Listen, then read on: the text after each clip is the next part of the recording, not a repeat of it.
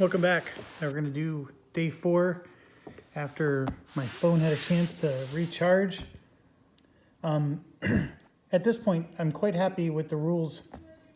The dogfight video that I provided had basically a couple things omitted, and I did put it in the notes. The first one I want to talk about is if you're a fighter, well, this is obviously a bomber, but bombers, their gun fires the same time as the attacker. So that's a simultaneous thing. I read the rules 100 times. It doesn't say it's simultaneous, but there's no other way it would work. The gunner gets to shoot if the bomber is disadvantaged or trailing, and after the attacker finishes his attack, they disengage. So there's no way for the bomber to ever use its gunner on its turn. So I'm pretty convinced that the gunner fires simultaneously. The other thing is that the fighters, so let me just grab a fighter here, they can disengage if the enemy, we'll just use this, pretend this is an enemy. If an enemy is disadvantaged or trailing, then you can choose to move to another target. You've never seen me do it because I think that that's a very limited situation, but my understanding is that that is how that works. It's funny, I'm not in the Corsair Leader Facebook group. There's at least 3 people posting that they wish there was an example mission. And it was as recently as an hour ago, and I'm already on day 4. And this is linked on Board Game Geek. So if any of you are in that Corsair Leader Facebook group, feel free to send a shout out. I know I get a lot of complaints sometimes because I hold this camera in my hand, and sometimes I'm working off camera and I forget to move the camera over. I'm aware of that and I apologize, but I hope this is informative for most of you, and I think it should be informative for the person who doesn't want to try to read the rule book and figure it out themselves.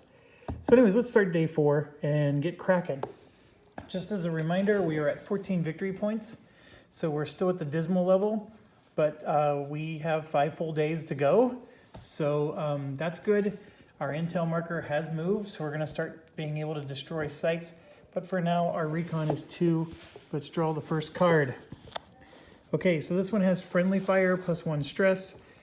Friendly fire in the other games means that if we ever drop a bomb and do no damage, it causes 1 stress. So let's see if that is the case here. So just grabbing my little sheet. Friendly fire for each of his air-to-ground counters expended over a target, so not over sites, that inflict 0 hits. Yeah, so it's the same thing. It does clarify over target. The other thing is, as you may have noticed, I switched to the neoprene mat so there isn't any more glare. So I hope you find that helpful, even if the words are a little harder to read.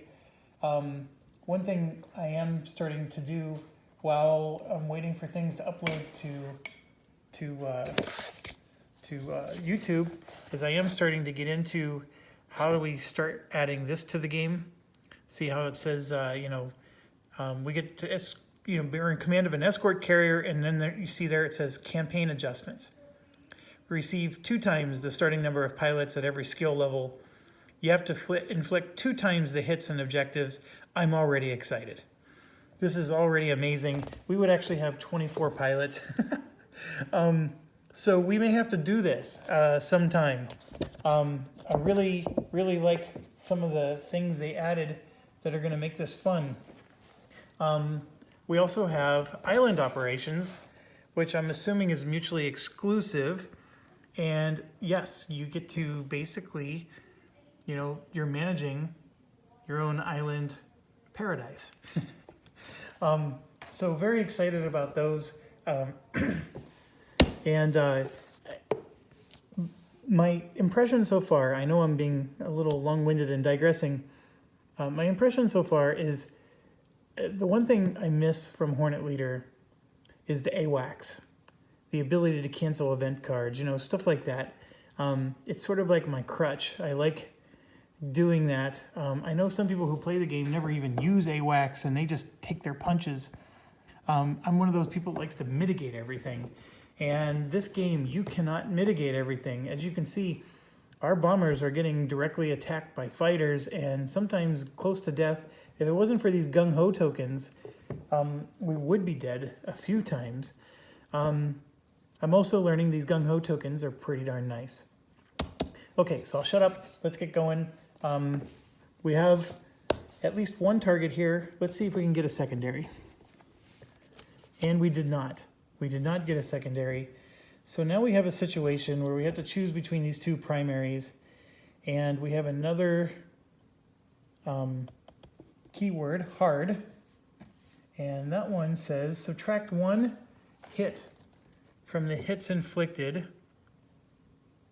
by each air-to-ground attack against the target. An attack can be reduced to 0 hits in this manner. So that's a typo. It should be AN attack. Can be reduced to 0 hits in this manner. So if I drop a bomb and I do 3 hits with the bomb, I'm actually only going to do 2. That's pretty challenging. That's the headquarters. So they're both 4 victory points. The headquarters would improve my recon by 2, and it's gung-ho. So basically I can go in and go bonkers. The other thing is since it's gung-ho, my bombers with the gung-ho tokens can say it's an automatic 10. So if they can make it to the target without getting intercepted, they can do an automatic 10 with a 1,000-pound bomb. And if I ever do 7 hits instead of 5 hits, so you need 5 hits to win the mission, 7 hits, I get another victory point. Over here, I get to improve the intel by 2. It has a lot less bandits, so it's just a, mostly ground targets, but you get +1 stress. This is interesting.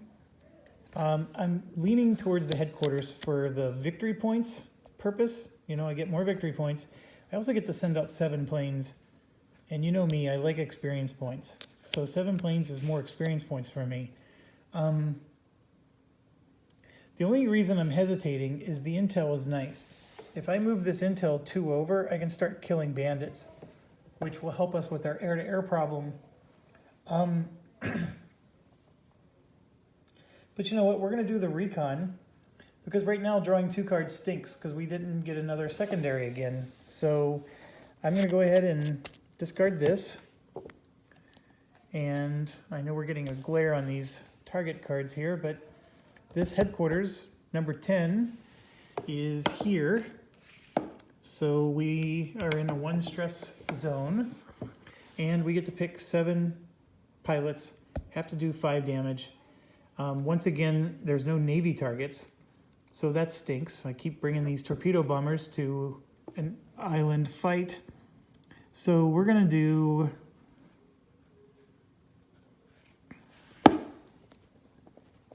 So there's 1.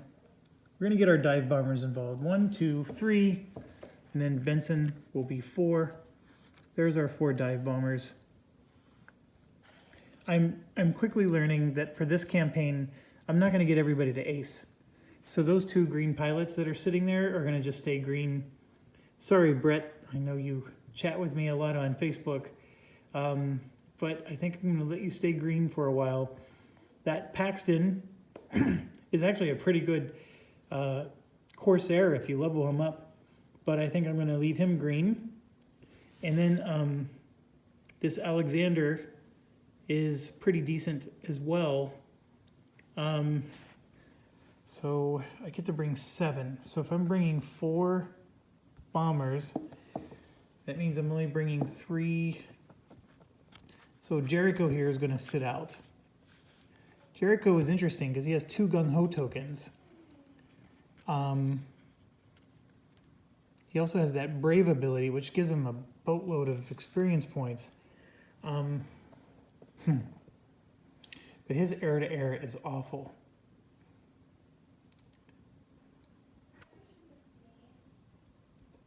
Okay, so let's do some quick thinking here. This would be 4 bandits, 6 bandits total if we get the worst possible draw.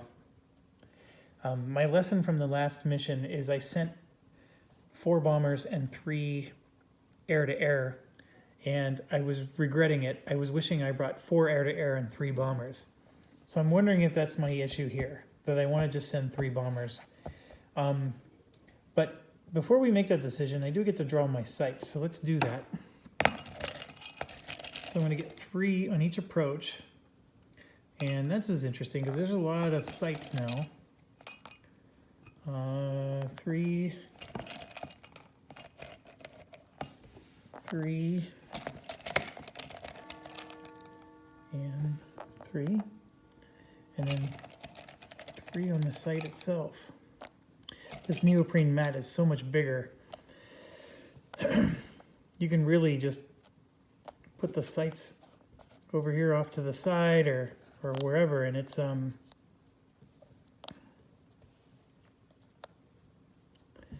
okay, so we got a no sight.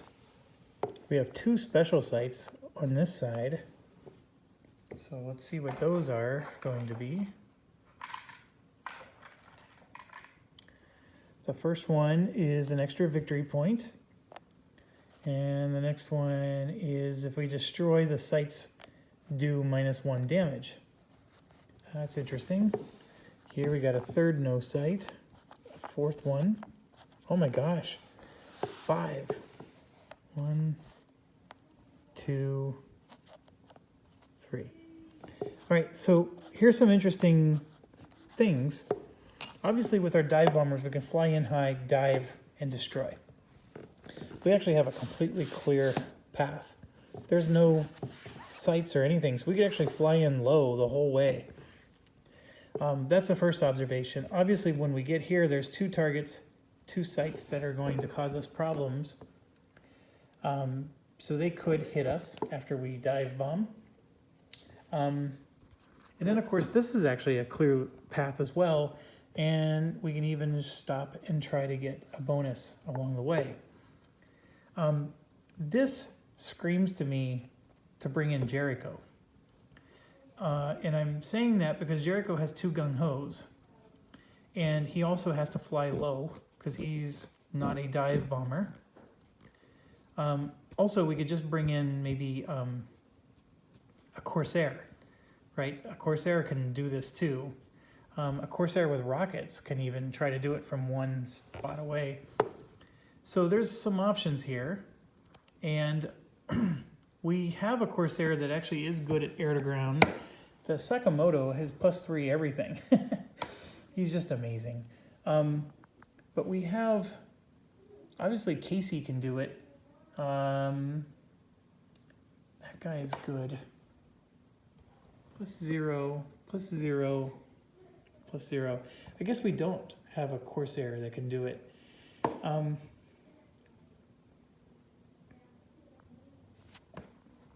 So I'm leaning towards taking Benson out, and in fact, that is a decision. I'm taking Benson out. So he's going to sit out. 1, 2, 3, 4, 5, 6, 7, 8, 9, 10, 11. I'm missing one of my pilots. Where's my 12th? Oh, right here. Jericho is 12. So if I were to add Jericho to the mix, Jericho has 3 stress. He's sitting out. I can't take a 3 stress guy on this. William Casey for sure is coming.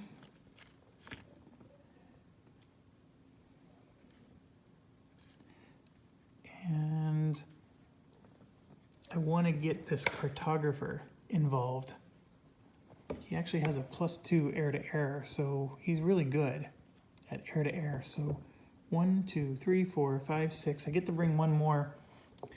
I'm thinking of bringing in Dougie. But Dougie has 2 stress, so he can get rid of that if he sits out. I can bring in that Alexander guy. I'm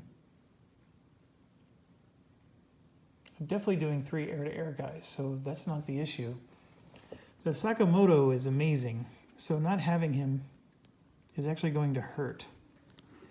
But I'm not going to bring in Dougie. We'll let him rest. We'll bring in this one, Alexander. Well, yeah, we're going to bring in Alexander because everybody's taking 1 stress on this mission. This Bearcat guy is another one I'm thinking of. He has 4.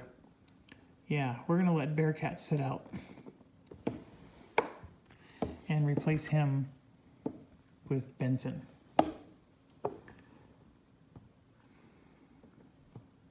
Is that really what I want to do?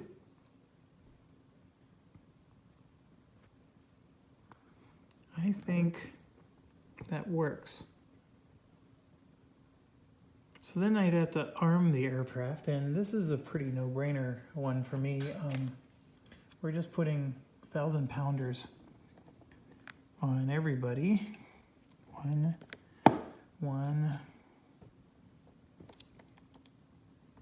1,000-pounder on Lewis. Now, Jericho, though, is a different story. He has 3 stress. I'm sitting Jericho out. Sorry, Jericho. I know I keep changing my mind on you. We're bringing in the guy I said that wasn't going to go. I'm bringing in the people who have no stress, and letting the ones with stress rest as much as I can. I do have one more Corsair I could bring in, but we're going to bring in Grimmond.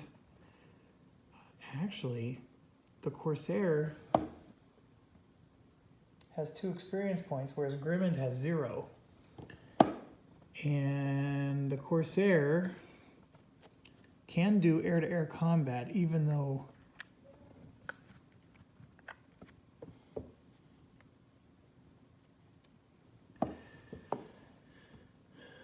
okay, that's it. Sorry for being so indecisive here. Now that Corsair Leader Facebook page, I can read the comments, I just can't comment because I'm not a part of it. Somebody asked where in the rule book. So let's say I put a 1,000-pounder on this Corsair, and then he let himself do a dogfight. Where in the rulebook does it show the penalty? And the answer to that question is it's not in the rulebook, it's in the player help sheet. So the player help sheet has a little thing here that says that, for example, if I had a 1,000-pounder, that's a 2 weight point item, so I would get a -2 to all of my rolls. So use the following to determine the penalty applied to each die roll based on, so that would be, when I see each die roll, I'm assuming that means maneuvering as well. So you probably just can't maneuver as well when you have a 1,000-pound bomb attached to you. But you could still do dogfights with a Corsair that's carrying weapons. It's just you're going to deal with a penalty. Now, one of the things is you can have like rockets, etc. And then if you expend the munitions, I don't believe it counts against you. Yeah, we're fine. So 1,000-pound, 1,000-pound, 1,000-pound. And then we're going to get to this one. And what I'm going to do is I'm going to use him to go after these 2 sites. So he has 2 weight points. And so we're going to do, he doesn't have a gung-ho though, which stinks.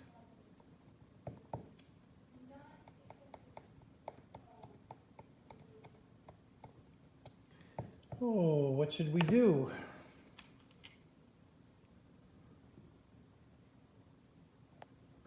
I'm thinking about rockets, because you only need a 7 to hit with those. The half-pound, or the 250-pounders, so here, let me show you what I'm seeing here. You need a 7. The 250-pounder gives me a +1 to my die roll, but I need a 9. That's not easy to do. His air to ground is +0. So it's not like he's, pounding the streets. The other thing is the napalm is helpful because you get a +2, but that fills up my entire... I want to take out both of these targets and then maybe even have one more for this. If I flip this over to the 500 pounder, that's at least a 7. Well, it's no worse than this, so the rockets are out. It's a 7, but then I don't get a +1 to my die roll. That's still better than trying to get a 9 with a +1.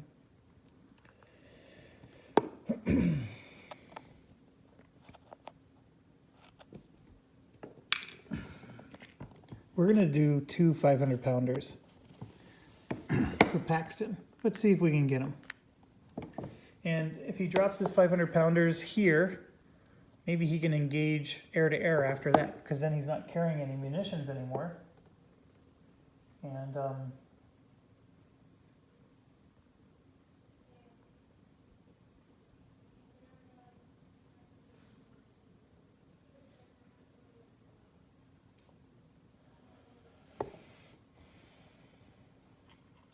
I'm just reading, it says do not count pods. There are no pods in this game. Interesting. Okay, all right, I'm gonna quit dinking around here. We finished arming our aircraft. The other guys, of course, are gonna be air to air. Draw target bound event card. For every 2 SO points you spend, inflict 1 hit on the target.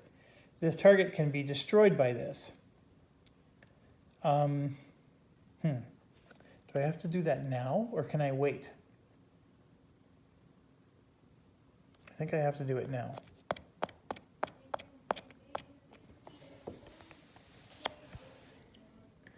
I would need to spend 10 SO points to destroy the target. I have 9, so that's not going to happen. I'm not sure how badly I need to do this. I'm okay. I'm going to spend 0. Let's go ahead and keep going. Place my aircraft. Okay, so we want this guy for sure to be here, and he's coming in low. Alexander will join him to give him escort. Mad Cartographer is going to be down here, along with Lewis, and these guys are all high. And we're not talking 420, we're just talking high altitude. And then Case is also going to help them. So we're going to put the bombers to the right, the fighters to the left. So we've got 3 bombers here and 2 fighters, and then bomber to the right, fighter to the left. There. Okay. So that is done. Now determine and place bandits. So here we do 1 on each phase or approach. 1, it's a bandit. 2, no bandit. 3 is a bandit. 4 is a bandit. And 2 in the middle are 1 bandit. So this game has a lot of bandits compared to Hornet Leader or some of those other ones. Okay, so I'm going to set these to the side so we don't lose track of what I'm truly dealing with here. Some of these bandits, obviously they're being 2 spaces away. I don't have to worry about well, I do have to worry about them pretty soon. Crap.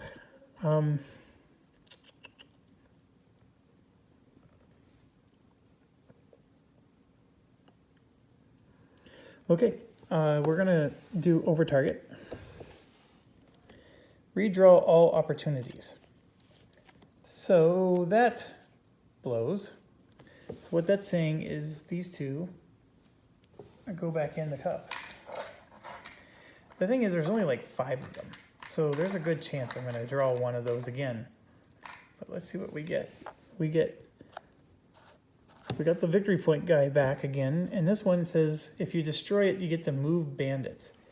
And what that means is if I destroy this, all the bandits come towards this target. I do remember that one. I'm not sure if that's necessarily what I want, but it is interesting.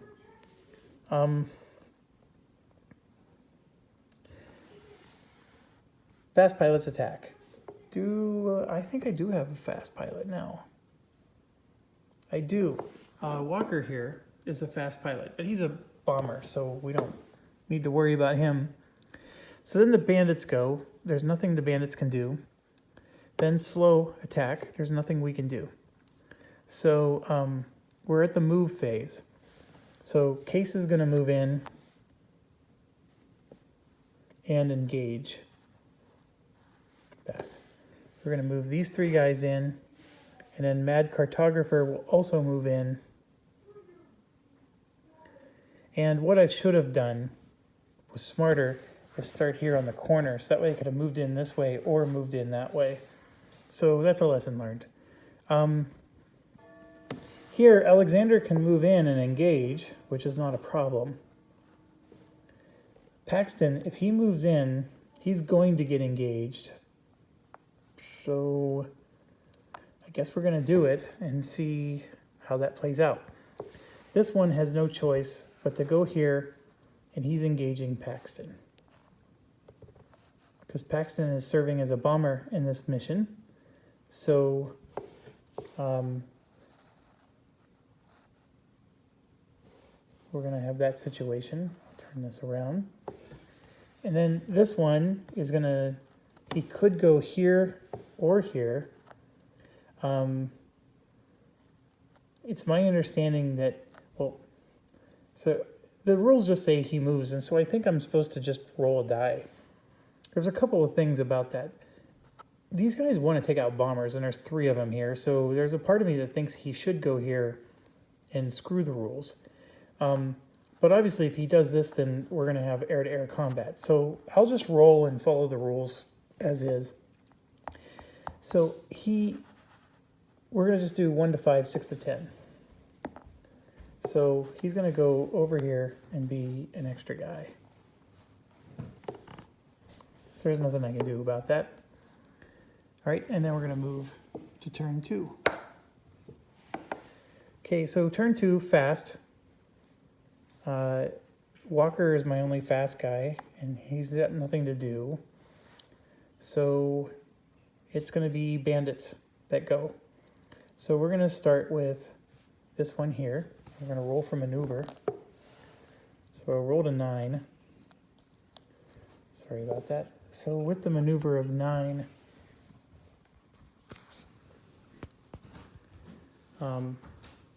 that's up against Case. So Case is going to subtract 1 to make it an 8. And you can see that an 8 is a half loop. So now he's going to roll for the half loop. He rolls a 7. Case will make it a 6. I don't think it matters because the half loop at a 6 means he gets a +2 position. So Case is in big trouble. So Case will take the stress. So here's 1 stress. We're going to put it on Case. Actually, Case just had 1, so we can just push it to 2. And we're going to roll 2 dice. I can keep them in my hand. So I rolled a 9 and a 3. We're obviously taking the 3. And then Case, his air-to-air reduces that to a 2, which sounds great, except we have this awful situation, which adds 3. So it becomes a 5. But the good news is a 5 is just +1 stress and nothing more. +1 stress we can manage. Damage and destroying we cannot. So he's in a bad pickle, but he survived. Now we're going to go here. Rolled a 3, so he's going to do a tight turn. And then we rolled a 9. This makes it an 8, and Alexander's going to make it a 7. 7 for a tight turn. He does get advantage. So Alexander will take the stress. Where are you at, Alexander? Right there. So he took the stress. He rolled a 4. Becomes a 3, becomes a 2. A 2 is no damage, even if you add +1 for the advantage. Now the last guy, he's up against Paxton. He rolled a 4, he's doing a tight turn. Paxton, by the way, has -1 air-to-air. Okay, He rolled a 3. And here's what's crazy. That's a +1, so that's a 4. And then he's a -1, which makes it a 5. The good news is nothing happens. So Paxton, take a stress. I'm going to roll 2 dice. Both of them are 6s, so that doesn't do me any good. And this becomes an 8. Paxton's going to be destroyed. Are you kidding me? He's destroyed.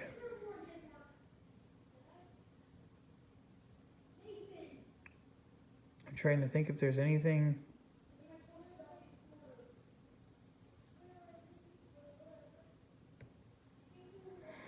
There's nothing I can do. Paxton is destroyed. One thing I realized is I had a situational awareness, so I could have gone first with that pilot. But yeah, Paxton is destroyed. So we're going to need to do a search and rescue for him. And then to make matters worse, he was the guy that's going to get us the victory point there, and now he can't. So that was an awful predicament. And now we have this one attacking Alexander. So Alexander will take a second stress. And we're going to roll.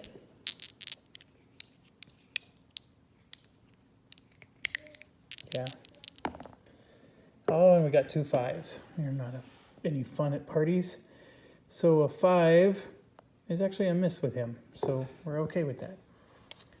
Okay, so moving on to my turn. Alexander is in a pickle, so we're going to do a half loop with Alexander. I rolled an 8. I get to add 1 because he's at a -1 and 1 more because Alexander gets a +1. So that's a 10 for the half loop. And a 10 for the half loop is +4 position, +1 attack. So he's going to go 1, 2, 3. There's no more position to change. Then he's going to roll for his attack. I rolled a 4. This will be 5 and a 6, and it's 7, 8, 9 because of the tailing effect. And Alexander's gun is an 8. I think they're all 8. Some of the bombers have 9. Anyways, this is destroyed. The 0. And you do have to pay attention because this is a newbie. If there was a legendary or a veteran, I have to put those in a graveyard. So Alexander is finally, he got all of his stars. So we can cross all that out for real. Okay, so that's done. He has 2 more here, but we'll wait till the move phase to worry about that. And then here, I have a very bad situation with Case. So let's try to do...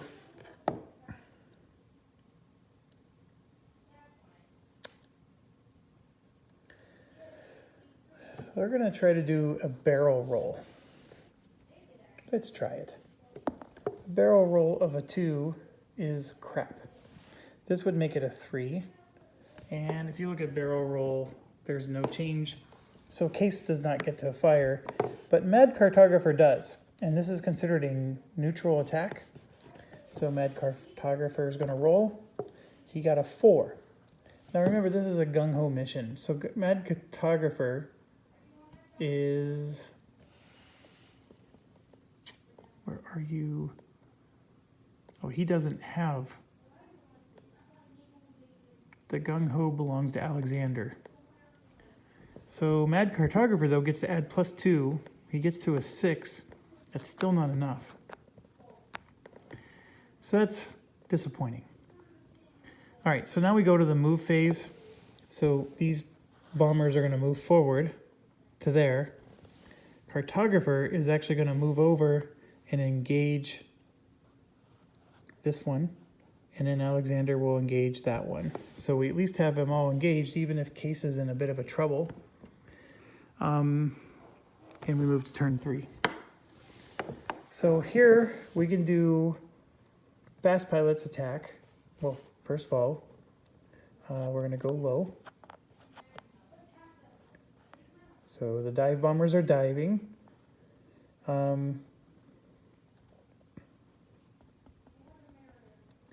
You know what? Lewis is going to stay high. I'm going to gamble that these two can finish this off. Can they? They cannot. They cannot.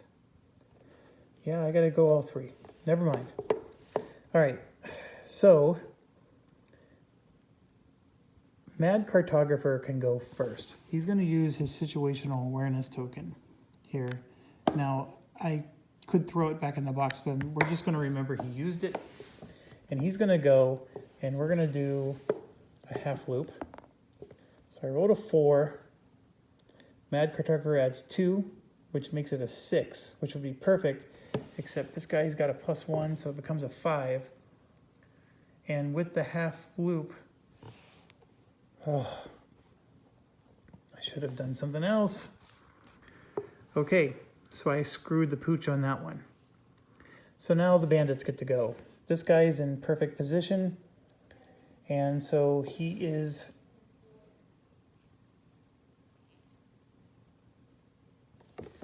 so here you can see he's tailing. So now we finally use a different column. So I got to roll high. He's only going to pick this one or this one for maneuver. So he rolled a 6. So for a 7 or less, he's doing in my sights, which makes sense. So he's doing in my sights. What did I roll? The blue die? That's a 10. Case can reduce it to a 9, which means he gets a +2 attack. That is not good. Case is going to take another stress. I have a feeling we might be using a gung-ho.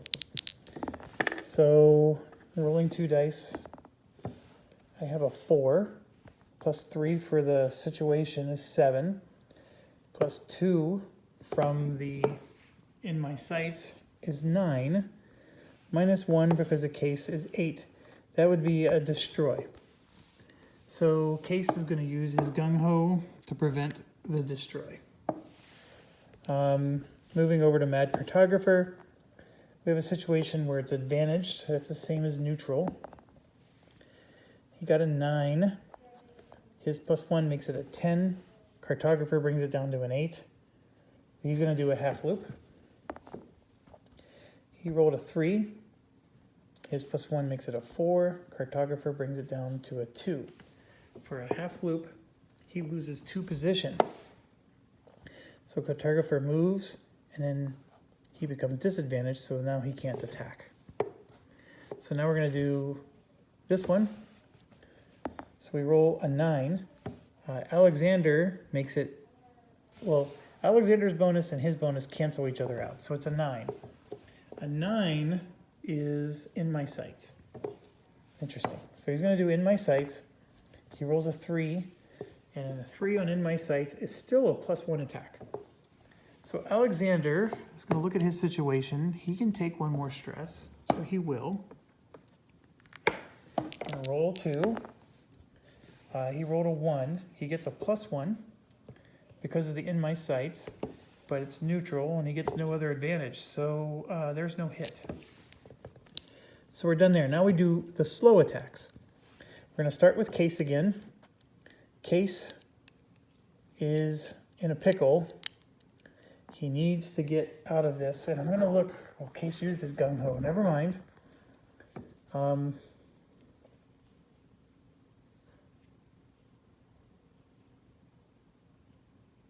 think we're going to do a barrel roll again. We sort of have to.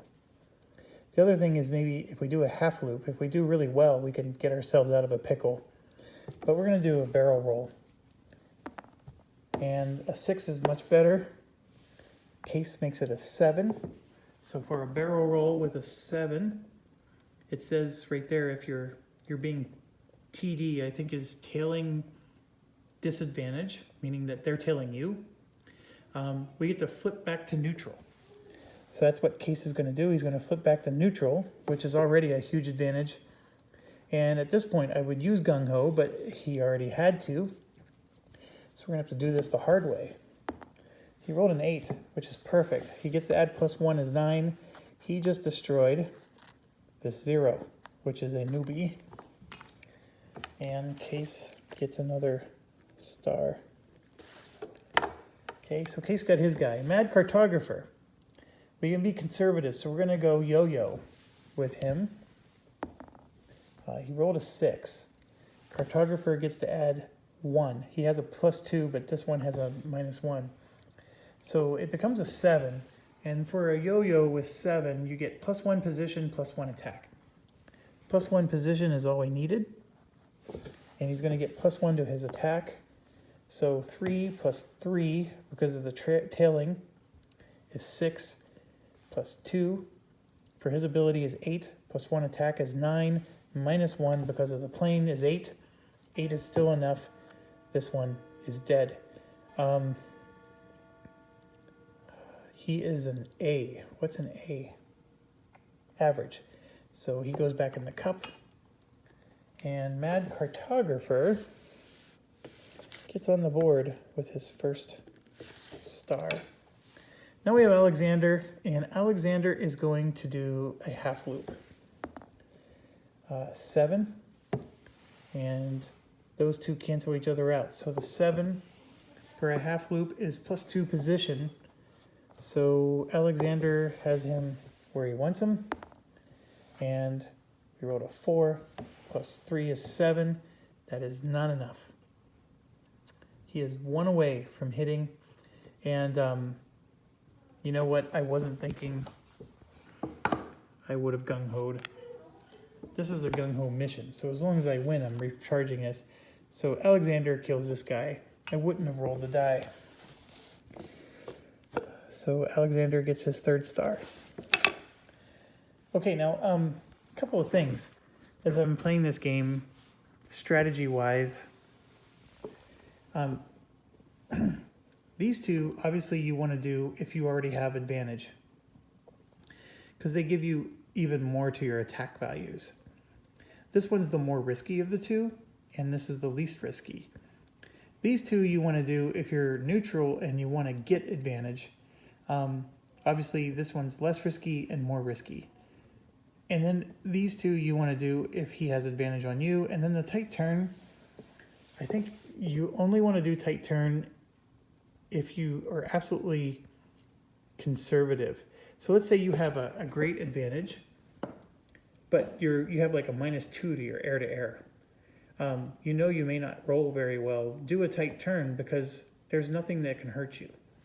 Whereas everywhere else you can get hurt. So a tight turn is a very rare thing, but you could still see a situation to do it. Okay, we're going to do these 3. They all have the exact same bomb. So I'm just going to grab the bomb from all 3 of them. So they all have the same situation. And remember, they can only do 2 hits. The very first hit they do gets canceled, basically, because this has a hard keyword. Walker is going to use his gung-ho to do 2 hits. We're not even going to roll. So that's 2 hits. And then Benson can't, but Lewis can use his gung-ho. So we just use 2 gung-hos, and we're going to do 2 more hits. So we have this up to 4. And I probably should have thought it through, because we could have spent SO points to do more hits during that 1 card. And 3 bombers is not enough to do 7. But it might be enough to do 5. I need 1 more hit. So 2 of them have already been used. Benson gets a +3 air-to-ground, which is an excellent air-to-ground bonus. He also gets +1 for his dive. So he's at +4. So we need to get at least a 7. So with a +4, that means I need to get at least a 3. Oh my gosh, barely made it. So we made it to 8. So he would get to do 2 hits, but one of them's canceled, so he does 1 hit. And that, my friends, is enough to destroy the target. Now, before I get too excited, I realized I forgot to attack with these guys. So let's do this one first. It's a 3, you missed. Let's do this one. He can't destroy anybody, but let's do, so this is 3, 6, 9.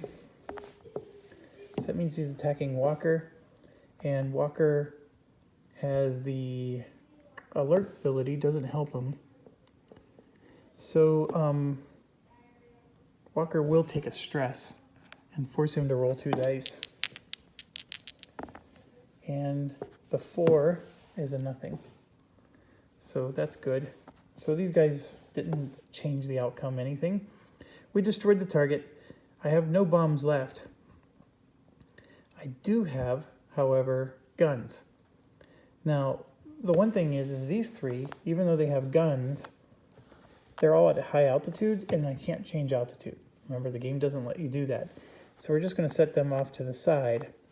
We are on turn 4, and on turn 4, these 3 are just simply going to move. I'm sorry, at the end of turn 3, they would have moved to here. So now on turn 4, they're all going to shoot their gun, and they get their air to ground bonus. And here's why I'm doing this. We could actually have shot our gun at this and tried to get 2 more hits. The problem is the gun only does 1 hit and it's hard. So it would have canceled. But here's why I'm doing this. Walker has a gun value of 9, which you would think is not very good, although you do get to add your air to ground bonus. He has another gung-ho, so we're going to just use that to get an automatic 10, and we got another victory point. So we took an extra turn, and now we're done. Okay, so with that being done, we have to return home. Freely give a pilot in your squadron 1 skill. Oh my gosh. Okay, that's exciting. So let's just set that aside. We'll figure that out later. We have to do this thing called SAR. So let me clear up the board. And move the target to the side. Let's get all the bandits out of here. Put them back in the cup. These go back in that cup. Let's get this out. Okay, so for SAR, I'm trying to roll a D10, higher the better. Add 1 to the die roll for every weight point of munitions expended. I don't think I get to count the munitions that were on the plane that got destroyed. There's no other air-to-ground counters, so I get to add nothing. Add 2 if destroyed during target bound, or 1 homebound. Can't do that. Add 1 if, so I get to add 1 to my die roll. Oh, I rolled a 10. Oh my gosh. So I get a quick recovery. That pilot, which is Paxton, gets 3 stress. And he's back. Didn't even lose him. Now that was a little amazeballs there. Now, just a reminder, we still have this card here. When pilot suffers an MIA result, instead return it with +2 stress. So that's the card. It's either the top or the bottom. You know, that's the one thing, DVG. Give us some counters we can put on it so we can say which one of these we have.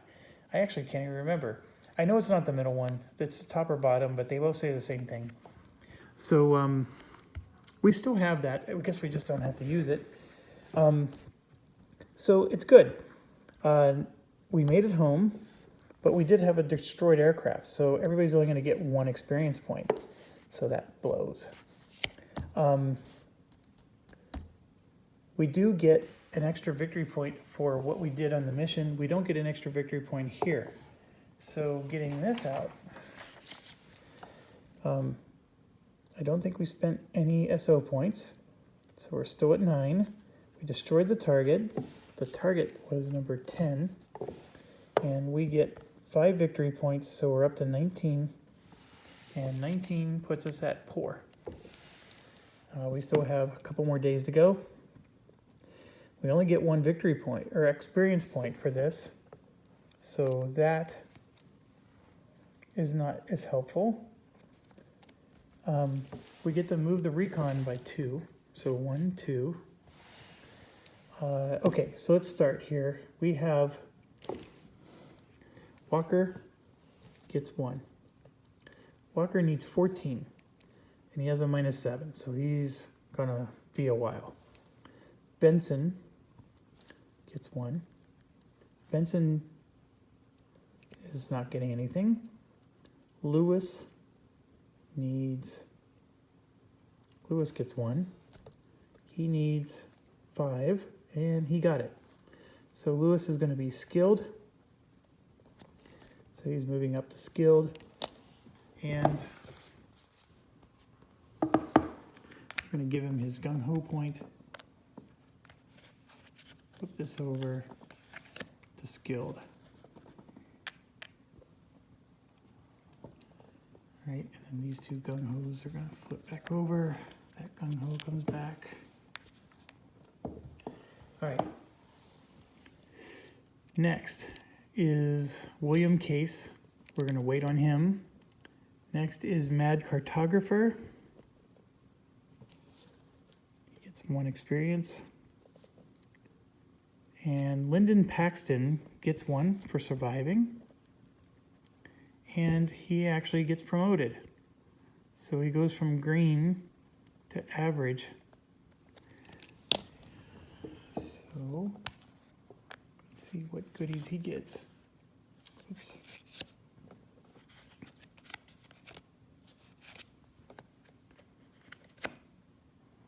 He now finally has no penalty for air-to-air.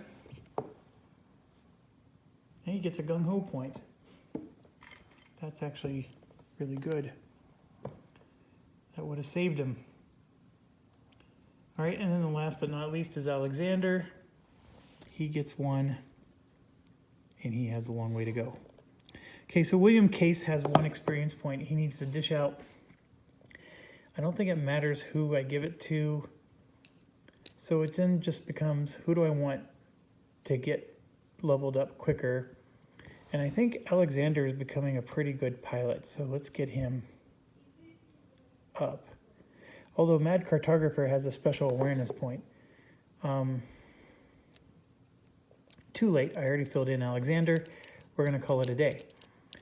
Okay, the people who did not go on a mission get to remove stress. So 3 stress off of him, 2 stress off of him, 3 off of him, 3 off of him. Now the mission itself caused 1 stress.